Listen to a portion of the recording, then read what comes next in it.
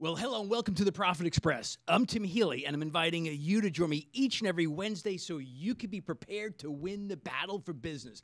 That's right. So thanks for being on board today.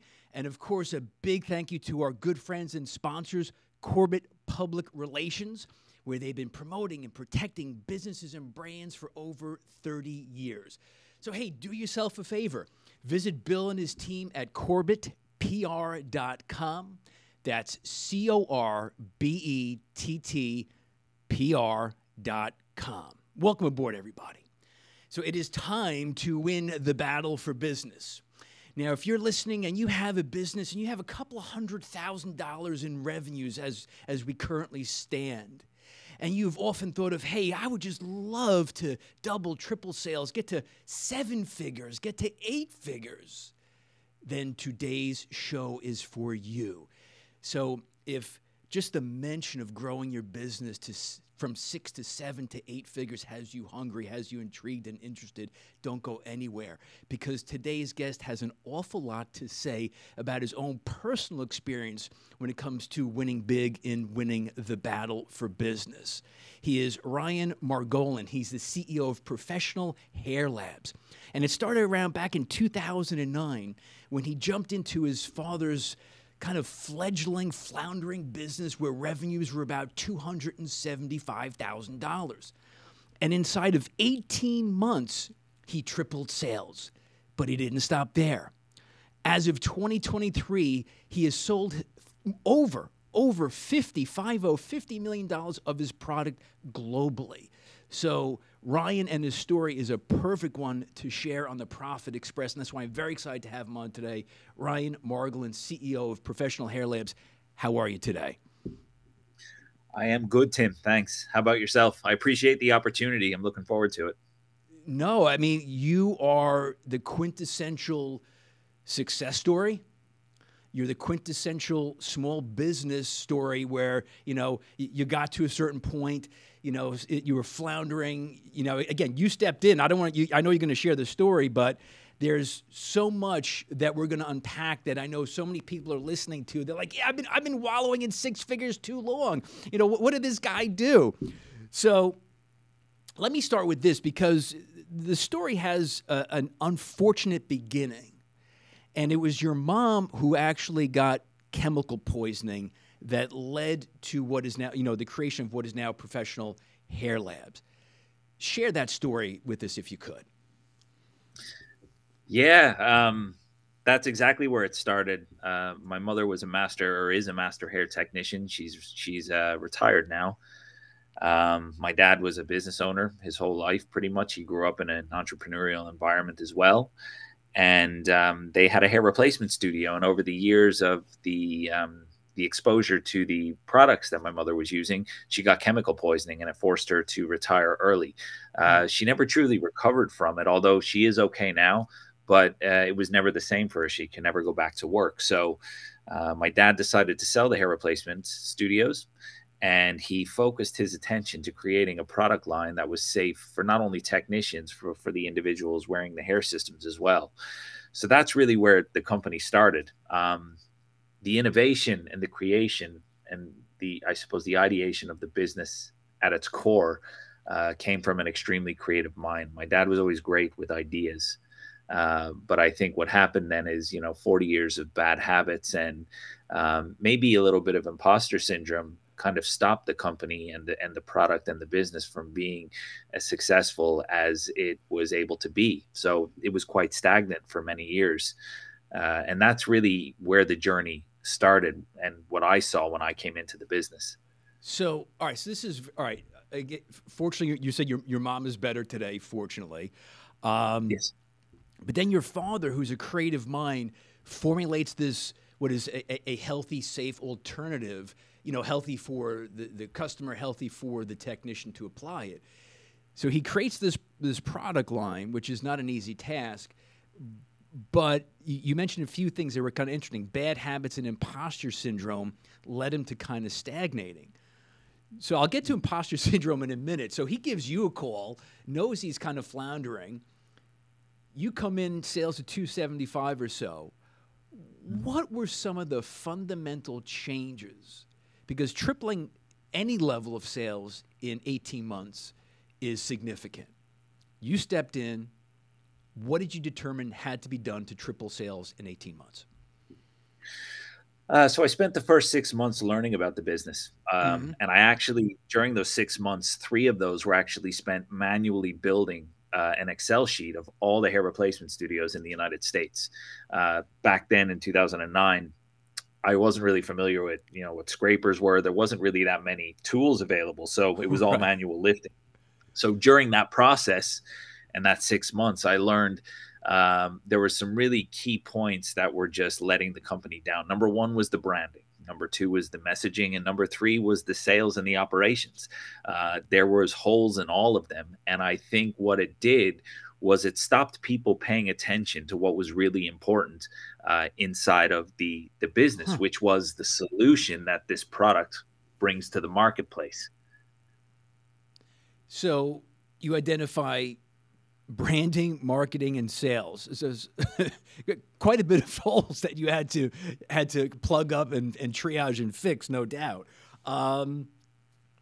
So you're in business with your dad, and I think I've also heard you're also in business with, I think you have two brothers in the business. Yep. Yeah. So myself and my two brothers are owners of the company now. Okay. Through a whole process of succession planning. So Right. it's the three of us in it. Now, what kind? So this is kind of interesting. So you take over the business in 2009. You have, relatively speaking, some immediate success, even though it's 18 months. But in business terms, that's really quick. Yeah. What was the family dynamic like? Because family businesses, they can be very interesting. And you mentioned imposter syndrome. Were there issues with your dad's ego maybe early on? It's the one thing we all have, Tim, is an ego.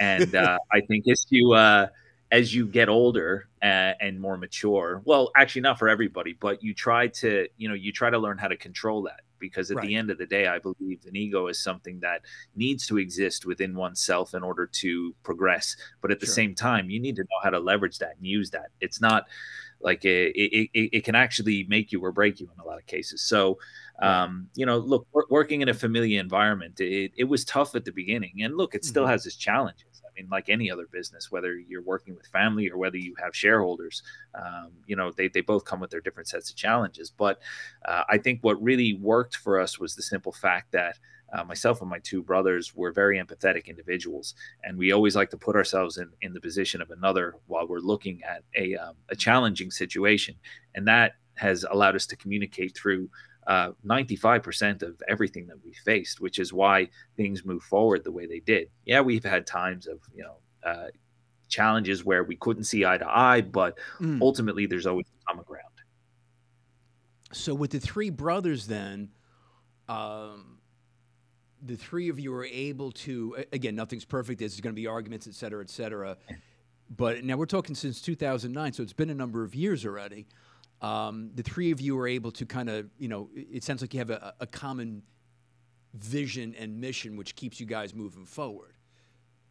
Yeah, absolutely. And I think what's really important is that we were able to have those honest conversations with each other and really figure out what our strong points and our weak points were in terms of how we could serve the company and its goals.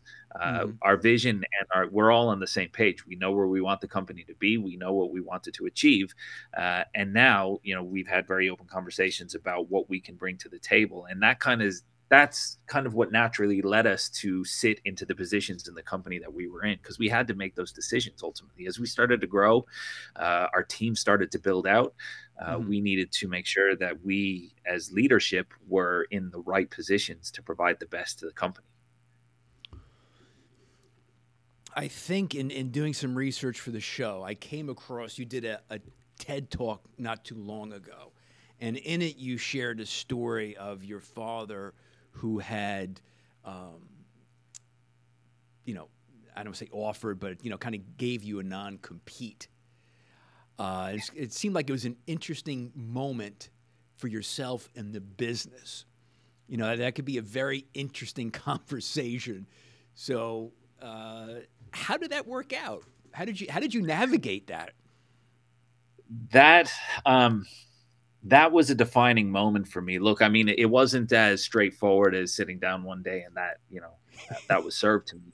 It was a collective of conversations and ultimately knowing, I mean, your family, you know each other intimately. I knew kind of what was coming, but the key, that moment of when you're actually served something like that after giving so much to something for so long and sacrificing so much, unbeknownst to other people, it really just defined for me that, I had my own personal goals and my own things I wanted to achieve. And if I wanted, to write my own story, I couldn't allow somebody else to hold the pen. That's really what it came down to. That moment changed everything for me.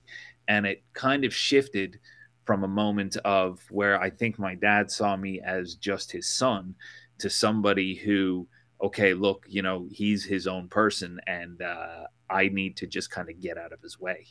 And that's really what that moment came down to. There was a lot of things that happened within it, but ultimately, I think at the end, the result was, it's time to move out of the way now and let these guys do what they need to do. Because look, at the time, my brothers were involved with the company as well, and it kind of just said to me everything that I needed to know. And going back to the whole, imposter syndrome, where maybe, you're looking at the outside of what somebody is doing, and maybe that momentum and that progress is making you feel uncomfortable because it's surpassing and exceeding maybe everything that you've achieved in the past, but not only that, everything you were willing to do to bring your company forward. So I think there was a whole lot of moving parts within that. And look, fortunately, it changed things, but it didn't destroy things. Do you think so? You come in there now. And again, I know he's your father. I'm the host of a podcast, and I'm asking the questions that I know the listeners are asking themselves right now, and they want me to ask. So, your dad is creative enough; he creates a whole new product line, which is no small feat. But it seems like obviously when you took over his $275,000, sales and marketing wasn't his strong suit. You come in, your brothers completely revamp the company. Then he says, then the whole non-compete situation arises. Do you think there was a moment where your dad kind of felt like he was just getting left behind, and was that his way to kind of maybe hold on to something? I think so. I think there's a whole collective of things, I mean, when you try to control things like that, it comes from a position of, especially, from a familiar perspective. I mean, you go back as far as childhood trauma that you have to go all the way back there to try to understand, the mechanisms people use to feel safe, Yeah. So, it was a lot of communication through that where, I was able to make him comfortable enough to not only say to him, look, this isn't happening.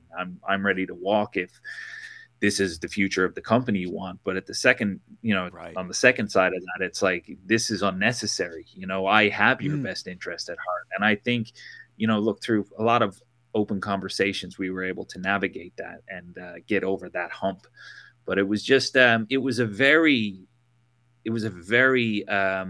eye-opening time for me in terms of, watching what happened when you're served something like that. It's not only the dynamics of between you and the individual, but it's the dynamics of the environment and the way that changes. So I realized at that point, then it was either, go big or go home.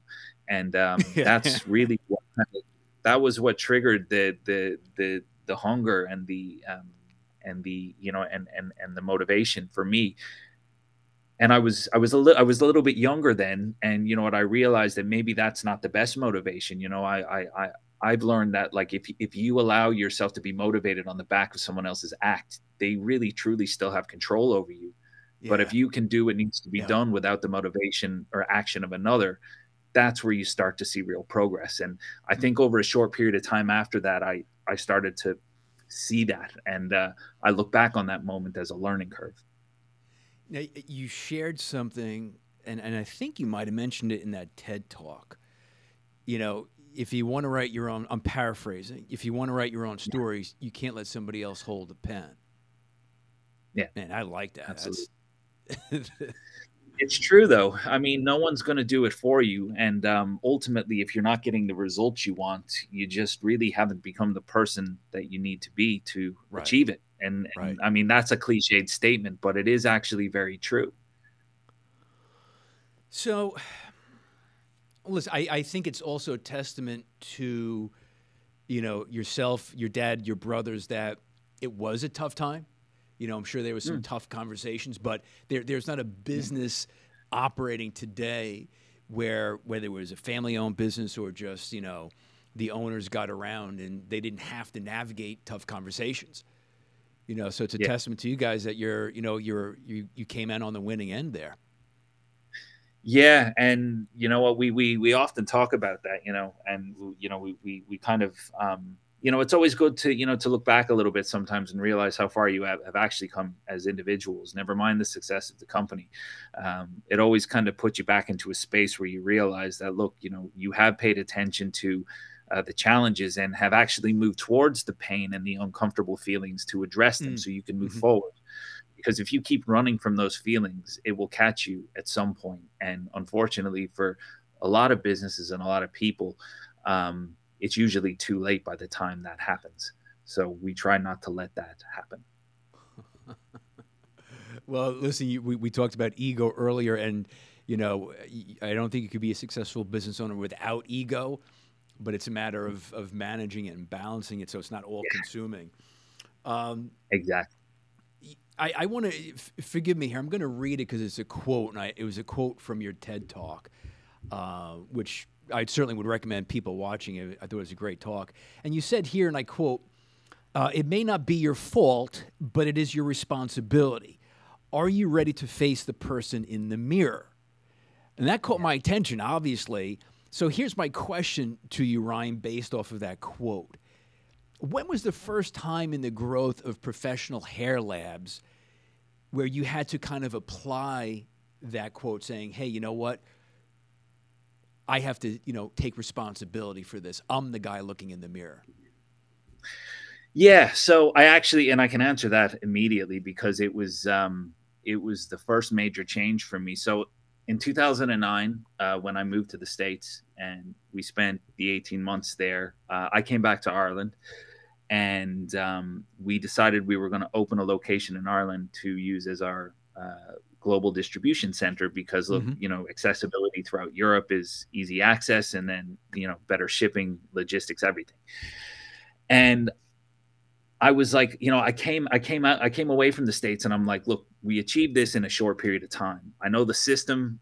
I'm just going to replicate what we've done here, and I'm going to take it to Ireland, and I'm going to do the same thing, and it's going to be brilliant, and we're going to have a company that triples again. 6 months into that journey, it fell flat in its face. And Really? That was a moment where I realized the only person that I can blame for this, or I can actually look towards to fix this, is myself, because ultimately I'm the one who made the decisions. I'm the one who made the moves. There's nobody else here I can turn to bounce the ball with. Right. I need to figure this out. So that was my defining moment. And I realized that how they do business in Europe is not how they do business in the US. Europe is, there's so many different cultures and the way people expect to do business that differ from the States. And unless I was willing to take a look at my own faults and how I approach things, there was no way I was ever going to be able to expect anyone to want to build a business relationship with our company in Europe. Wow. So that was that moment. So again, I just know business in America. I've never done business in Europe.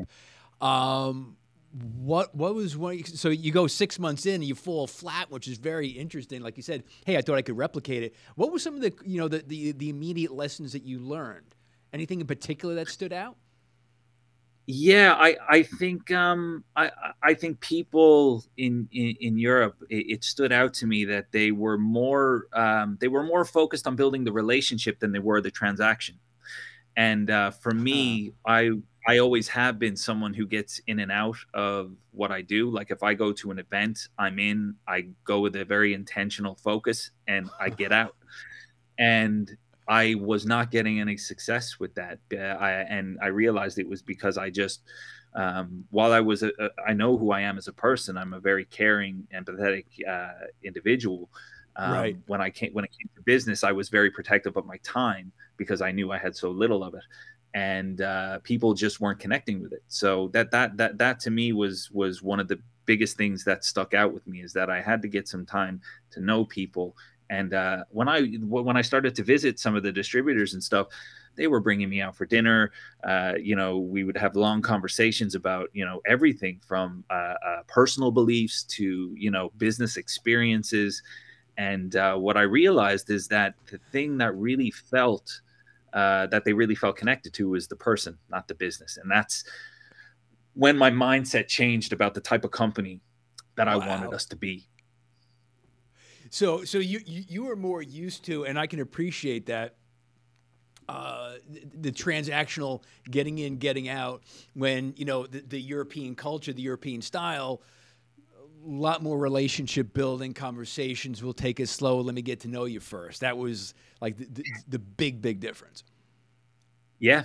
Yeah. That was the main thing for me. I mean, naturally there were other little nuances in it, but ultimately anyone that we do business with in Europe now, I have a very good relationship with.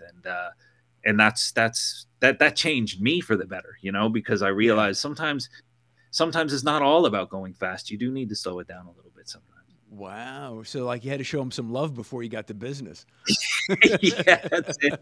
And look, at the end of it, it became a mutual win-win relationship. Look, when you first start your entrepreneurial journey, and when there's not a lot of money involved, money is the issue. Money is the solution that that solves a lot of your problems. But when the money is there, you get a whole different set of problems, and money can't fix them. Wow. So that was very interesting. I'm glad I asked that one. So again, personally, not having done business outside of the U.S. Now, one thing I came across, which I actually have not really discussed with previous guests over the many years on the Profit Express, and I found it interesting, unfortunately, your brand, your product is counterfeited, and it costs you guys some serious bucks.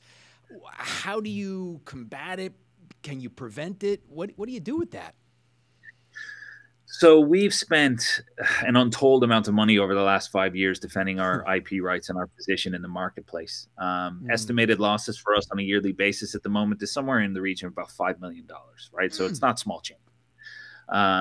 We know this through our different technologies that we use to scour the internet, but more importantly, our efforts on the ground in brick and mortar stores. So what we eventually did was I spent about 2 years trying to figure this out. It's like counterfeiters are extremely intelligent. They know exactly what they're doing. It's their bread and butter. They move very fast, and much faster than I'm ever going to be able to move, much faster than probably a team of 10 people that I may have with me will ever move, because they know it intimately.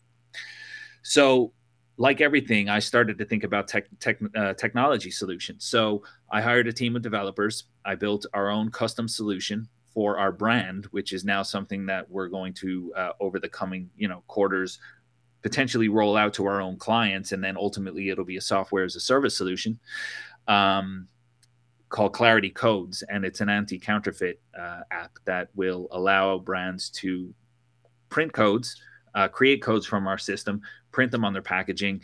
It won't only be able to allow the customer to scan their codes and, see if it's a legitimate product, but if there's any issue with the scan or if it's a replicated code, it will notify the admin, the owner of the brand, and it will give them real-time data of the hotspots that these codes are having issues with. Oh. So effectively, it's a data collection of counterfeit leads, really. And we know now exactly where to lead our investigators to go look in areas. We do test buys of 10, 15 locations in those areas. And then we start to see what comes up as counterfeits. And that's how we've started to combat it. And we're getting great progress now that we launched that about 6 months ago with our own brand. Wait, so it's really cool. But the first thing I'm thinking of, what I'm thinking of, this is going to be a completely other business for you guys. Oh, yeah. It's a whole other business model. Yeah. Yeah. I mean, because what other companies... What other companies wouldn't want it who are dealing with counterfeiting? Yeah. Wow. And you know what? The solution is not unique, But what it does come from, it comes from a really deep understanding of experience in the counterfeit world, Right. because we've been through. I've been hands on with the process the whole time. So any new features or any performance or functionality Right. has been developed from our thoughts, and because we've been through it. So I think naturally we already have the edge on most of the companies who just develop coding solutions. They're great, but do they really solve the problems of a business owner? For example, right? For example, private label customer comes to us and wants to buy product from us. We supply to them, and they're just getting started, right? Hmm. Hmm. They build some good relationships with some retail stores or some beauty stores, but not everyone can get access to their content. So what Right. what happens is that when a brand gets onloaded onto the system, they get their own unique codes, and when a customer of theirs scans that code, it opens a whole environment of their videos and contents through the Clarity Code app, which is singular to the code that they scan. So they can't see any videos from this brand's vault until they scan a code that belongs to one of their products. So it just unlocks a whole untapped resource for that customer to be able to be delivered not only messages about brand launches, Right. but also updated changes either in their packaging or tutorials, whatever it may be. And I know that that's a key part that's missing in our industry is direct access to the customer. That's not email Huh. to send content. Wow. So, well, listen, if the estimates are that you're losing 5 million a year, that's certainly a business worth pursuing. So that sounds like a very exciting project. Wow, that's interesting. Jeez. And Uh, it has been, and look, I'm excited to see what it's going to turn into in the future. But right now, it's performing exactly as intended, and we will keep running with it. awesome, awesome. So, as a business owner, and there's never just one, but I'm going to ask you anyhow. What do you think has been the one attribute or characteristic of Ryan that has led you as the CEO to create the success you currently enjoy? Uh, well, it could, the attribute could be a blessing and a fault. Me personally, I have, just the way I'm wired, I have this insatiable hunger to just win. Whether it's anything that I've done, business or sport or anything, Right, right. I like to win. And when we do get the result, um, I don't really spend enough time, which I'm trying to get better at. I don't really spend enough time sitting for a moment and enjoying the small wins. I Uh, actually just check a box and it's done and it's next and it's on to the next one. you got So you got to slow down, that Ryan. I don't know. Yeah, I'm not sure what way to look at that just yet. I'm still trying to figure that part of it out. But look, it is what it is. Right, right. Yeah, like you said, it's positive and negative for sure. This has been a great conversation. I mean, there's so many interesting elements. We have family, you have father. We have tripling sales from 6 to 7 to 8 figures. We have counterfeiting. But let me ask you one of my favorite questions to ask. People in your position. So now you've been in a part of professional hair labs since 2009. Yeah. If you had a do-over, what would it be? If I had to start from the beginning, what would I Anything, do? anything that you could change, what would it be? For me, looking back, I don't do regrets, but I think for me it would be spend the time to become more emotionally intelligent to know when you have to hand things off, because the sacrifice for that at the end of the day is not worth it. That's the one thing I think I would do over, because I spent 12 to 15-hour days intently focused on the growth of this company. I mean, I was working on the day my second daughter was born. I took maybe 6 hours off, and I Wow. missed out on a lot of key things to make a lot of it happen at the beginning when we opened our Irish location. And in hindsight, and what I was taught even by some of my mentors. Mm-hmm. If I would have known those things a little bit earlier, I think it would have saved me a lot of that regret. Wow. Interesting. Interesting. Um, Listen, Ryan, this has been a great conversation. People want to learn more about you, follow your story, the company. What's the best way to stay in contact? So the company is on every major social media channel: Right. Facebook, Instagram, TikTok.